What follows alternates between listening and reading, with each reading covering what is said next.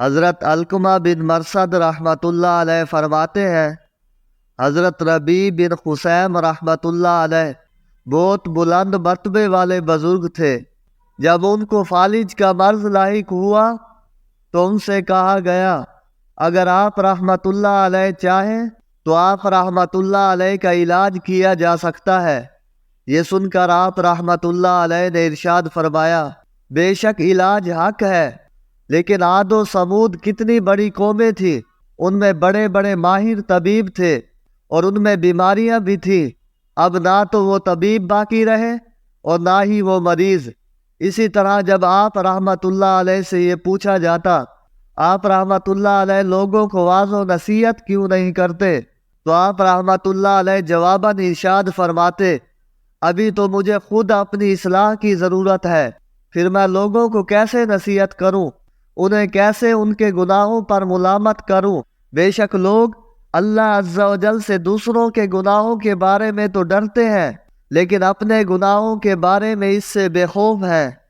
جب آپ رحمۃ اللہ علیہ سے پوچھا جاتا، آپ رحمۃ اللہ علیہ نے صبح کس حال میں کی، تو ارشاد فرماتے، ہم نے صبح اس حال میں کی کہ اپنے آپ کو کمزور اور گناہ گار پایا۔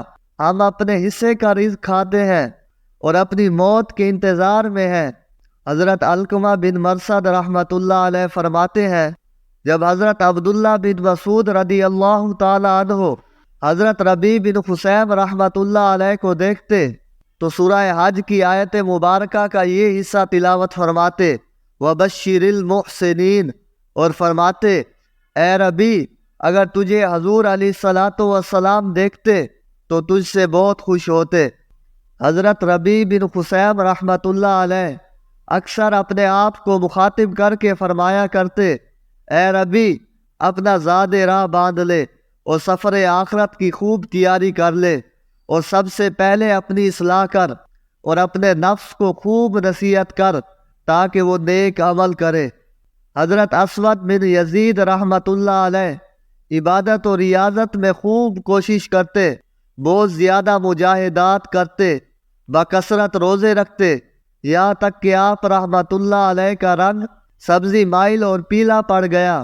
آپ رحمۃ اللہ علیہ نے 80 حج کیے۔ حضرت علقمہ بن قیس رحمۃ اللہ علیہ ان سے کہتے، آپ رحمۃ اللہ علیہ کب تک اپنے جسم پر مشقت کرتے رہیں گے؟ یہ سن کر آپ رحمۃ اللہ علیہ فرماتے، میں اپنے جسم کے آرام و سکون کے لیے ہی تو یہ سب کچھ کر رہا ہوں۔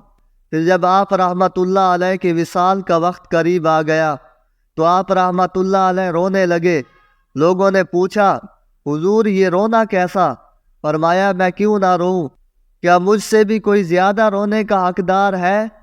خدا عز و جل کی قسم، اگر اللہ عز و جل نے مجھے بخش بھی دیا تب بھی مجھے اپنے گناہوں کی وجہ سے اللہ عز و جل سے حیا آتی رہے گی۔